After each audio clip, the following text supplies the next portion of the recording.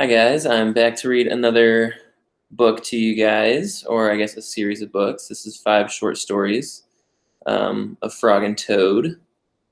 And we have a Frog and Toad book in our classroom, and I don't remember which one it is. It might be this one, but I'm going to read this because I know we all like the Frog and Toad stories in our classroom. And if you're wondering why I'm wearing a suit, it's because my girlfriend had an interview and she had to dress up this morning, so I decided it would be fun to dress up as well and read some stories to you guys in my suit. So that's why I'm doing that. And for this one, there's 5 stories. So I think I'm just going to put where in the video each story starts in the description on YouTube. That way, if you want to just read one, you can just pop straight to one of the stories, or you can read them all, or whatever you guys want. But just to make it easier, I think I'll do that. The first one is called Spring. Frog ran up the path to Toad's house. He knocked on the front door. There was no answer. "Toad! Toad!" shouted Frog. "Wake up! It is spring!" "Blah!" said a voice from inside the house. "Toad! Toad!" cried Frog. "The sun is shining. The snow is melting. Wake up!" "I'm not here," said the voice. Frog walked into the house. It was dark. All the shutters were closed. "Toad, where are you?" called Frog. "Go away," said the voice from a corner of the room. Toad was lying in bed. He had pulled all the covers over his head. Frog pushed Toad out of bed. He pushed him out of the house and onto the front porch. Toad blinked in the bright sun. "Help," said Toad. "I cannot see anything." "Don't be silly," said Frog. "What you see is the clear, warm light of April. And it means that we can begin a whole new year together, Toad. Think of it," said Frog. "We will skip through the meadows and run through the woods and swim in the river.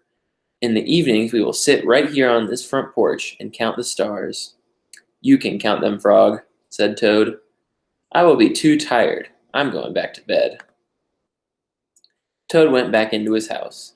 He got into the bed and pulled the covers over his head again. "But Toad," cried Frog, "you will miss all the fun." "Listen, Frog," said Toad.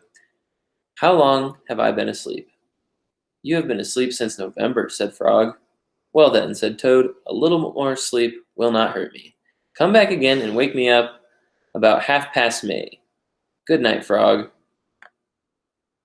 "But Toad," said Frog, "I will be lonely until then." Toad did not answer. He had already fallen asleep. Frog looked at Toad's calendar. The November page was still on top. Frog tore off the November page. He tore off the December page, and the January page, and the February page, and the March page. He came to the April page. Frog tore off the April page too. Then Frog ran back to Toad's bed. "Toad, Toad, wake up! It is May now." "What?" said Toad. "Can it be May so soon?" "Yes," said Frog. "Look at your calendar." Toad looked at the calendar. The May page was on top. "What? It is May," said Toad, and he climbed out of bed. Then he and Frog ran outside to see how the world was looking in the spring. This one is called The Story. One day in summer, Frog was not feeling well. Toad said, "Frog, you are looking quite green." "But I always look green," said Frog. "I am a frog." "Today you look very green, even for a frog," said Toad. "Get into my bed and rest." Toad made Frog a cup of hot tea. Frog drank the tea, and then he said, "Tell me a story while I'm resting." "All right," said Toad. "Let me think of a story to tell you." Toad thought and thought, but he could not think of a story to tell Frog. "I will go out on the front porch and walk up and down," said Toad. "Perhaps that will help me to think of a story." Toad walked up and down on the porch for a long time. He could not think of a story to tell Frog. Then Toad went into the house and stood on his head. "Why are you standing on your head?" asked Frog. "I hope that if I stand on my head, it will help me to think of a story," said Toad. Toad stood on his head for a long time. but he could not think of a story to tell Frog. Then Toad poured a glass of water over his head. "Why are you pouring water over your head?" asked Frog. "I hope that if I pour water over my head, it will help me to think of a story," said Toad. Toad poured many glasses of water over his head, but he could not think of a story to tell Frog. Then Toad began to bang his head against the wall. "Why are you banging your head against the wall?" asked Frog. "I hope that if I bang my head against the wall hard enough, it will help me to think of a story," said Toad. That actually just sounds kind of painful and not very helpful. "I'm feeling much better now, Toad," said Frog. "I do not think I need a story anymore." "Then you get out of bed and let me get into it," said Toad, "because now I feel terrible." Frog said, "Would you like me to tell you a story, Toad?" "Yes," said Toad, "if you know one."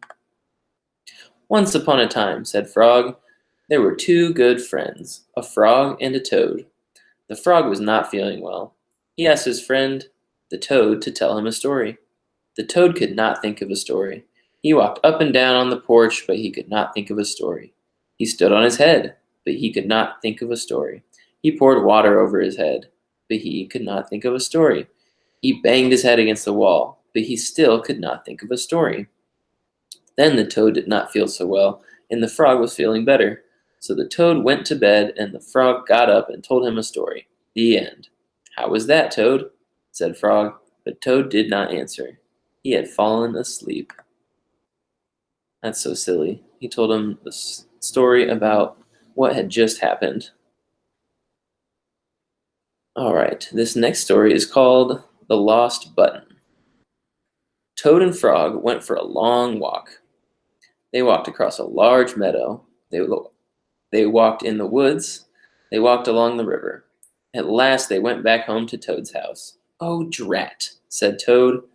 "Not only do my feet hurt, but I have lost one of the buttons on my jacket." "Don't worry," said Frog. "We will go back to all the places where we walked.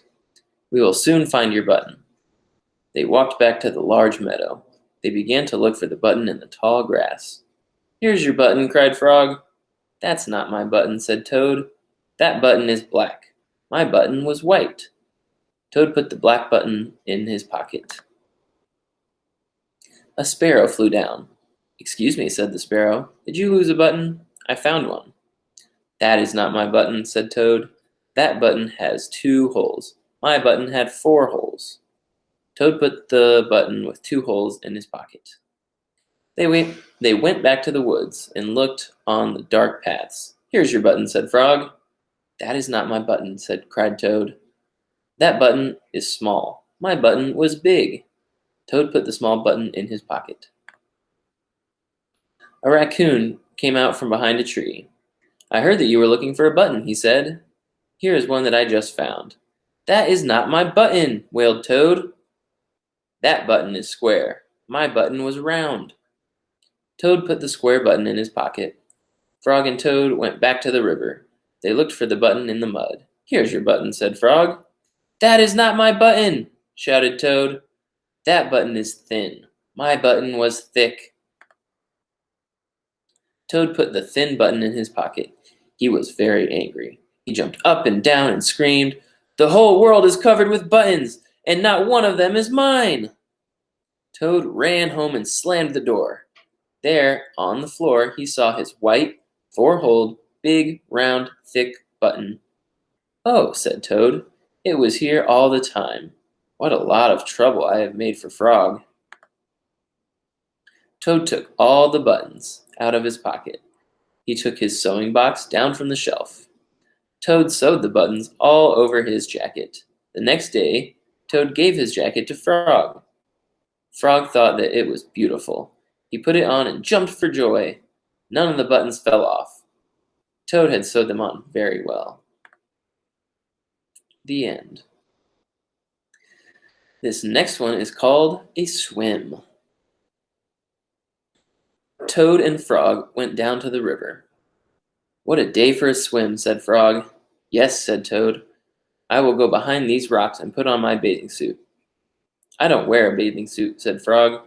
"Well, I do," said Toad. After I put on my bathing suit, you must not look at me until I get into the water." "Why not?" asked Frog. "Because I look funny in my bathing suit. That's why," said Toad. Frog closed his eyes when Toad came out from behind the rocks. Toad was wearing his bathing suit. "Don't peek," he said. Frog and Toad jumped into the water. They swam all afternoon. Frog swam fast and made big splashes. Toad swam slowly and made smaller splashes. A turtle came along the riverbank. "Frog, tell that turtle to go away," said Toad. "I do not want him to see me in my bathing suit when I come out of the river." Frog swam over to the turtle. "Turtle," said Frog, "you will have to go away." "Why should I?" asked the turtle. "Because Toad thinks that he looks funny in his bathing suit, and he does not want you to see him," said Frog. Some lizards were sitting nearby. "Does Toad really look funny in his bathing suit?" they asked. A snake crawled out of the grass. "If Toad looks funny in his bathing suit," said the snake, "then I, for one, want to see him." "We want to see him too," said two dragonflies. "Me too," said a field mice. "I have not seen anything funny in a long time." Frog swam back to Toad. "I'm sorry, Toad," he said. "Everyone wants to see how you will look." "Then I will stay right here until they go away," said Toad. The turtle and the lizards and the snake and the dragonflies and the field mouse all sat on the riverbank. They waited for Toad to come out of the water. "Please," cried Frog, "please go away." But no one went away. Toad was getting colder and colder. He was beginning to shiver and sneeze. "I will have to come out of the water," said Toad. "I am catching a cold." Toad climbed out of the river. The water dripped out of his bathing suit and down onto his feet. The turtle laughed. The lizards laughed. The snake laughed. The field mouse laughed. And Frog laughed. "What are you laughing at, Frog?" said Toad. "I'm laughing at you, Toad," said Frog, "because you do look funny in your bathing suit." "Of course I do," said Toad. Then he picked up his clothes and went home. The end. Now this last one is called The Letter. Toad was sitting on his front porch. Frog came along and said, "What's the matter, Toad? You are looking sad." "Yes," said Toad. "This is my sad time of day. It is the time when I wait for the mail to come. It always makes me very unhappy." "Why is that?" asked Frog. "Because I never get any mail," said Toad. "Not ever?" asked Frog. "No, never," said Toad. "No one has ever sent me a letter. Every day my mailbox is empty. That is why waiting for the mail is a sad time for me." Frog and Toad sat on the porch, feeling sad together. Then Frog said, "I have to go home now, Toad. There is something that I must do." Frog hurried home. He found a pencil and a piece of paper. He wrote on the paper. He put the paper in an envelope, and on the envelope he wrote, "A letter for Toad." That's very nice, Frog. He's writing letters to Toad, just like we used to write letters to each other in our classroom. Frog ran out of his house. He saw a snail that he knew. "Snail," said Frog, "please take this letter to Toad's house and put it in his mailbox." "Sure," said the snail, "right away." Seems like a snail might be very slow.